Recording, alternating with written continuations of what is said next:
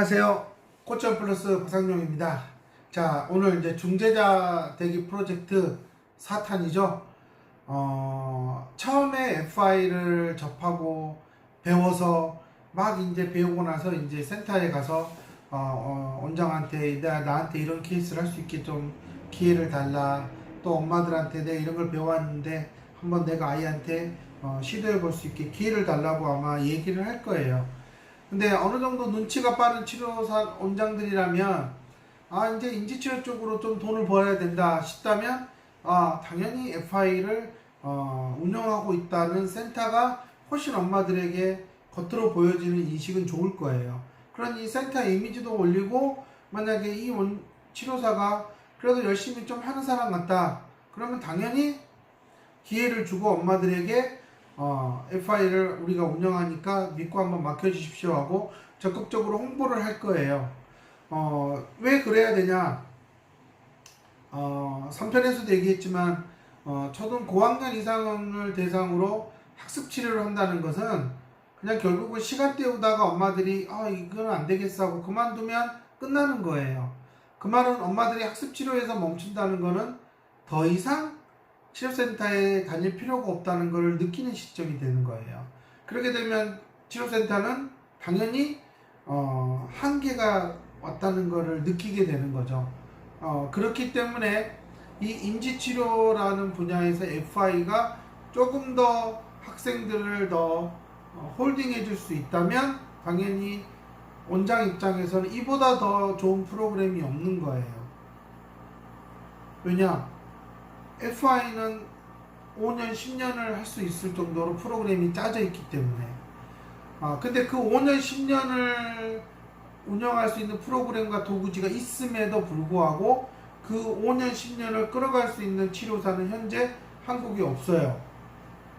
트레이너 몇 명 빼놓고는 실제로 그런 경험을 5년 이상 가본 사람이 없어요. 왜냐?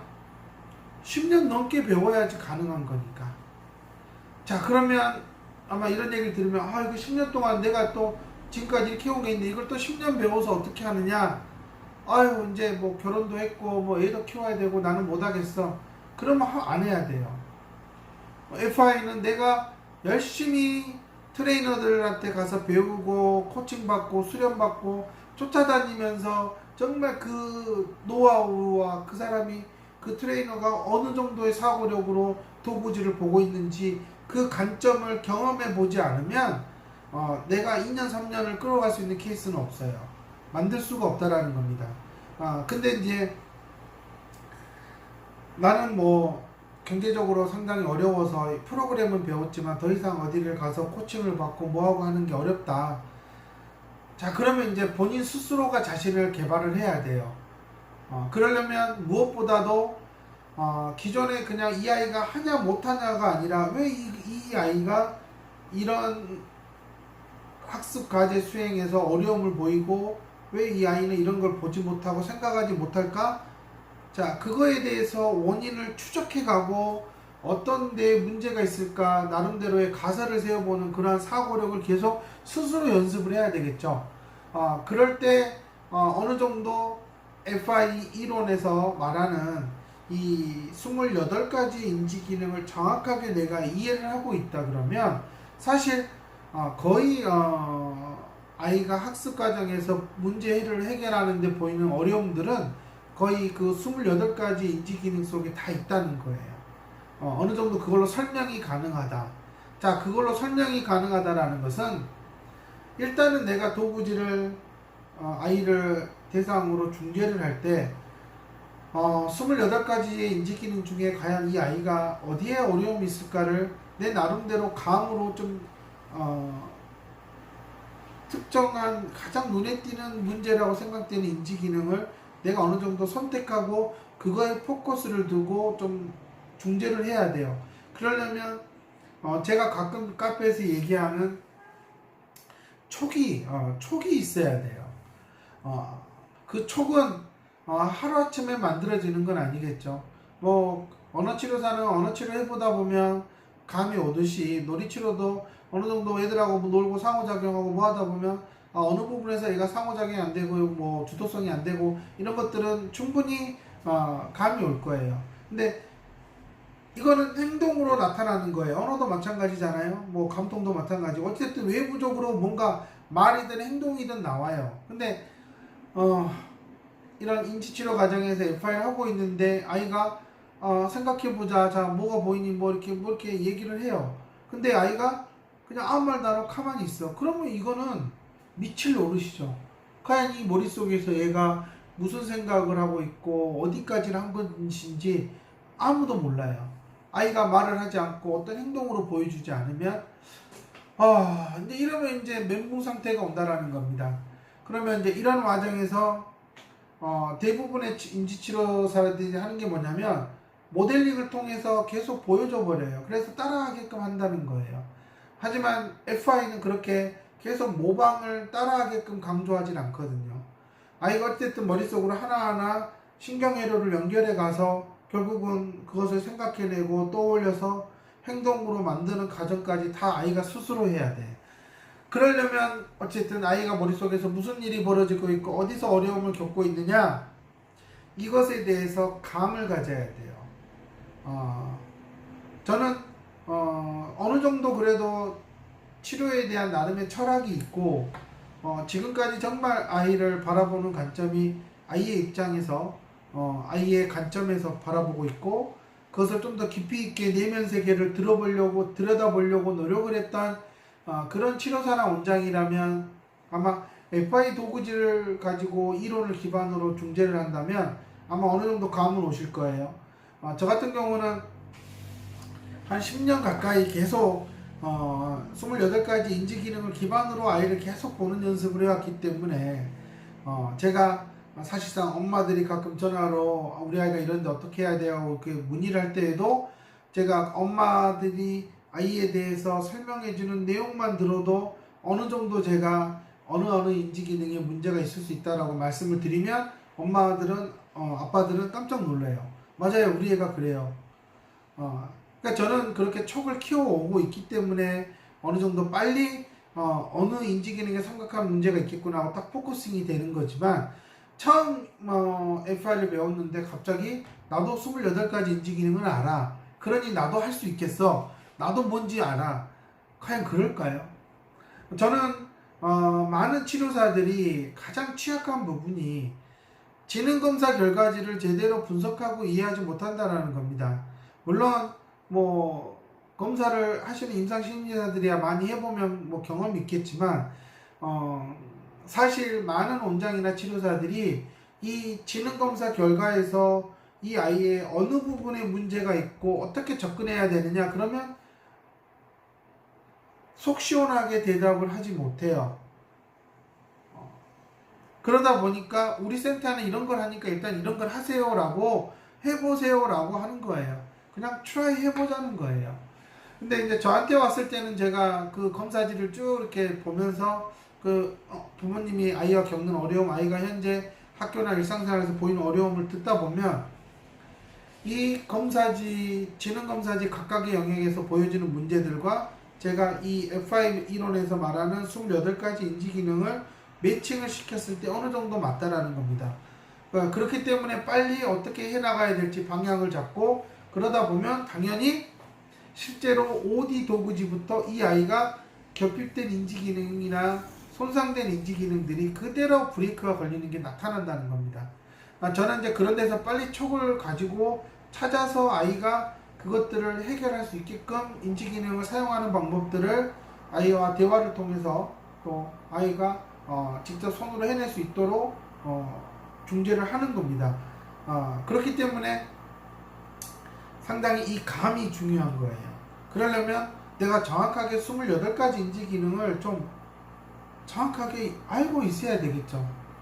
제가 스탠다드 교육을 하고 베이직 교육을 하러 왔을 때에도 이렇게 여러 사례들을 가지고 저한테 물어보거든요, 치료사들이.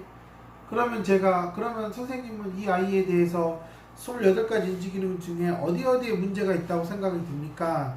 라고 했을 때 정확하게는 아니더라도 저는 딱 이거는 확실한 것 같아요 라는 그런 감을 가진 치료사를 보기 어렵다는 거예요. 그거는 5년 이내에 배운 치료사들은 어려울 거예요.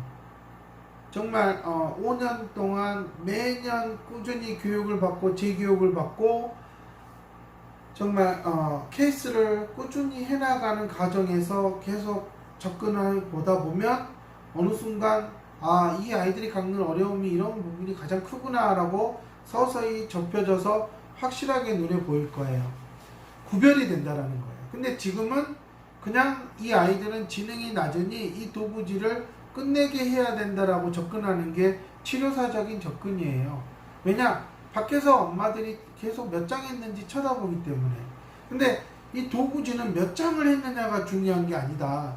이제 이런 교육은 엘코어에서 계속 강조하는 거예요.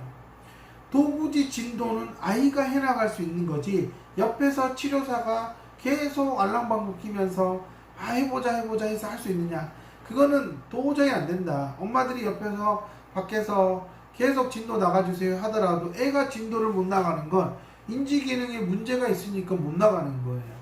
근데 그거를 극복을 해야 돼. 근데 그 극복을 내가 손가락으로 움직여서 이렇게 그려라 한다? 절대 그건 아니에요. 그렇게 해서 진도가 나간 아이들은 거의 1년도 못해서 수도비예요. 왜냐? FI 도구지는 가면 갈수록 어려워요. 근데 그거 어떻게 할 거예요? 스탠다드? 최근 들어서 치료센터에서 스탠다드의 1단계 4개의 도구지를 끝내는 케이스가 거의 없어요. 왜냐?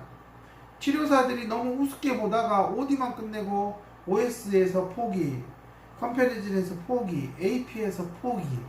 안 돼요. 왜? 스탠다드는 추상적 사고가 잘 돼야 되는데 지능이 낮은 아이들이 추상적 사고가 잘 되겠냐고요. 그럼 추상적 사고를 잘할 수 있게 구체적 사고를 잘하게 해줘야 되겠죠. 그게 조직화 사고의 기반이에요. 근데 그런 것들을 몰라. 그냥 이 도구지만 하면 된대 하고 그렇게 달려들어. 그러면 결국은 치료사도 1년 동안 헛짓한 거고요. 아이도 그 치료사한테 헛것 배운 거죠. 이런 것들이 있다 보니 엄마들이 계속 해야 돼요, 안 해야 돼요, 의심쩍어 해요. 스탠다드는 정말 제대로 배우고 코칭을 배우고 정말 이 사람이 이 FI에 대한 열정을 어느 정도 쏟았는지를 검증을 해보고 그 사람한테 가야 돼요. 스탠다드요? 석박사 나와도 어려운 거예요. 근데 그 아이들을 베이직부터 해서 스탠다드로 들어가게 하는 거는 제가 해요.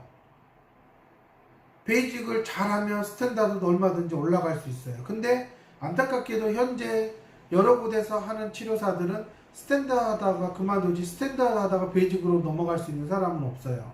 스탠다드는 상당히 어려워요. 영어도 있어요. 여러 가지 발목을 잡아요.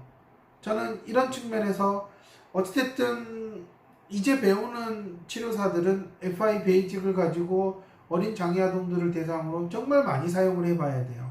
그럴 때 이 아이의 어느 부분에서 문제가 있을까, 어떤 인지기능을 사용을 못하고 배우지 못했을까에 대해서 계속 추측하고 확률적으로 어느 부분에서 가장 더 문제가 있는지를 자기가 직감을 좀 키워나가는 과정을 가져야 된다. 그러지 않고 그냥 나도 인지치료 해봤는데 이제 이렇게 도구지 있으니 이렇게 해보지, 절대 그렇게 섞이지 않을 거다. 왜냐? 어느 순간 나도 못 보는 부분을 아이가 보고 질문을 했을 때 과연 나도 못 봤는데 나도 들어본 적이 없는데 얘기를 해줄까요? 그거는 내가 가보지 않은 관광 명소에 대해서 얘기해 줄 수는 없어요. 블로그를 보고 그런 데가 있구나라고 할 수는 있지만 내가 거기에서 봤던 것들, 먹었던 것들, 거기에서 해왔던 것들을 다 하지도 않고 그 블로그를 보고 설명을 해준다? 저는 절대 아니라고 보고요. 아이들은 가끔 그렇게 진짜 선생님이 치료사가 경험을 했는지에 대해서 확인을 한다. 이때 치료사가 머뭇거리고 자신있게 말을 못하고 거짓말을 하면은 아이는 정확하게 치료사의 눈을 보고 알아버린다는 거예요. 아이도 직감이 있어요. 이 사람이 FI를 진짜 잘하는지 못하는지. 그거를 우습게 보는 치료사들은 나중에 큰 코를 다칠 거예요. 그래서 이 도구지는 정말 열심히 제대로 배워서 정확하게 중지하는 방법을 배워야 된다. 그러려면 치료사가 조금 더 자기의 사고 수준을 올려야 되고요. 그리고 좀 더 직감을 키워놔야 돼요. 그 치료 과정에서 잠깐 이 아이가 보여주는 그런 작은 불꽃, 그 불꽃을 정확하게 캐치를 해야지 이 아이가 그 불꽃을 활활 타오르는 불로 바꿀 수가 있어요. 근데 대부분의 치료사들은 내가 오늘 이 애랑 한 장 끝내야 돼요. 그 장수만 보고 있기 때문에 그 아이가 말하는 거, 행동하는 거에서 불꽃이 튀는 것을 보지 못해요. 그럼 결국은 거기 불꽃을 놓쳐버리면 그 불꽃은 튀었다가 그냥 사라져 버리는 거예요. 그러면 그쪽으로의 신경회로는 더 이상 만들어지지 못한다라는 겁니다. 저는 이런 측면에서 치료와 중재, 물론 장애아동을 많이 상대해 본 경험은 여러 가지 임기응변을 해야 되는 상황에서 도움은 될 거예요. 하지만 FI의 입장에서 봤을 때에는 그렇게 임기응변만 하는 게 FI는 아니기 때문에 아주 구조적으로 체계적으로 접근하는 걸 배우려면 아무래도 이 아이가 가지고 있는 근본적인 인지적인 문제를 다루려고 하고 들여다보려고 하는 데 있어서 좀 더 직감을 키우는 거. 그러려면 FI 이론에 대한 공부를 좀 더 자세하게 하세요. 원서를 사서 보시고요. 요즘 책들이 많이 나오고 있으니 좀 책을 사서 좀 번역하는 고민도 좀 해보세요. 구글 번역기 있다고 좋아서 막 찍어서 돌려서 구글 번역한 대로 막 보는 치료사들이 있는데요. 과연 그게 머리에 남을까? 제가 교육할 때는 어떻게든 좀 단어만 찾아보더라도 스스로 문장을 만들어보고 해보세요 하는데요. 그래도 막 나는 그냥 구글 번역기로 해도 이해가 됩니다. 근데 뭐 6개월 지나고 1년 지나서 교육을 다시 또 시켜보면 그대로예요. 자, 이런 선생님이 치료사가 과연 가서 아이를 제대로 가르칠까요?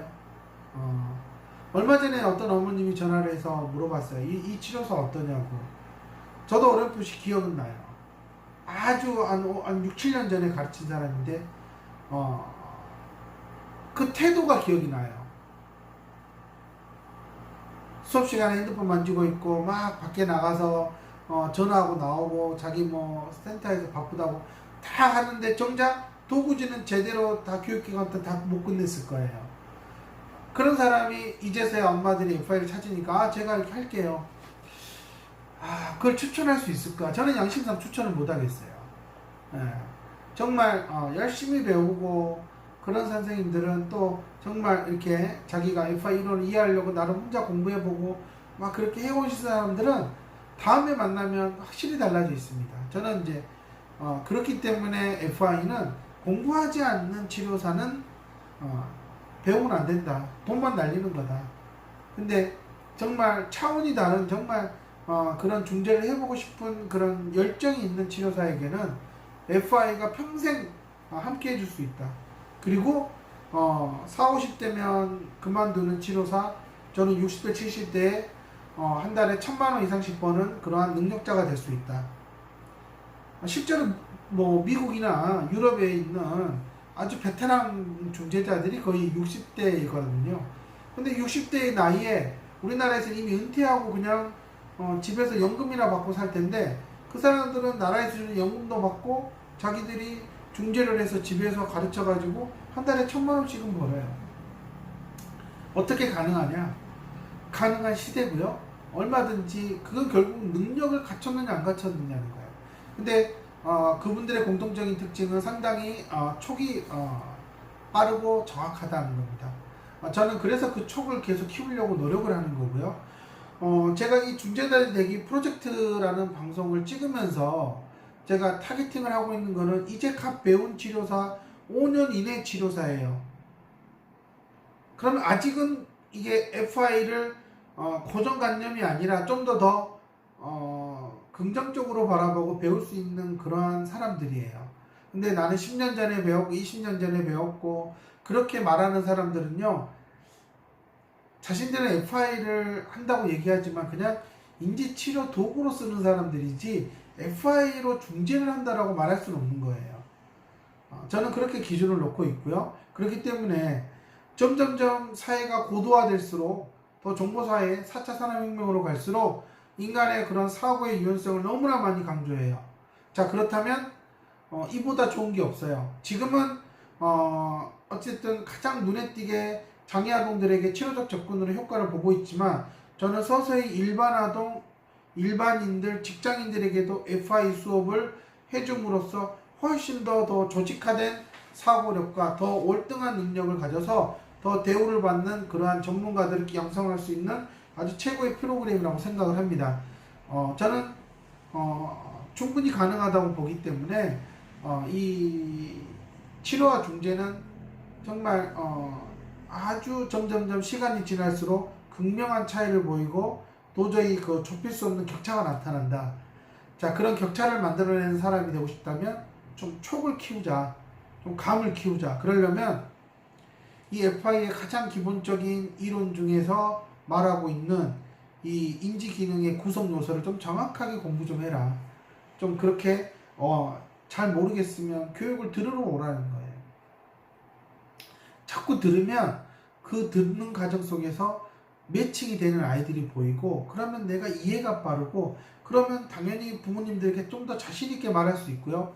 그 자신감이 서서히 중재 효과로 나타날 것이다 라는 겁니다. 치료사에서 중재자 되는 게 진짜 어렵습니다. 정말 완전히 그 소프트웨어적인 접근을 해야 될 뿐더러 하드웨어적인 내 구조도 다 바꿔야 돼요.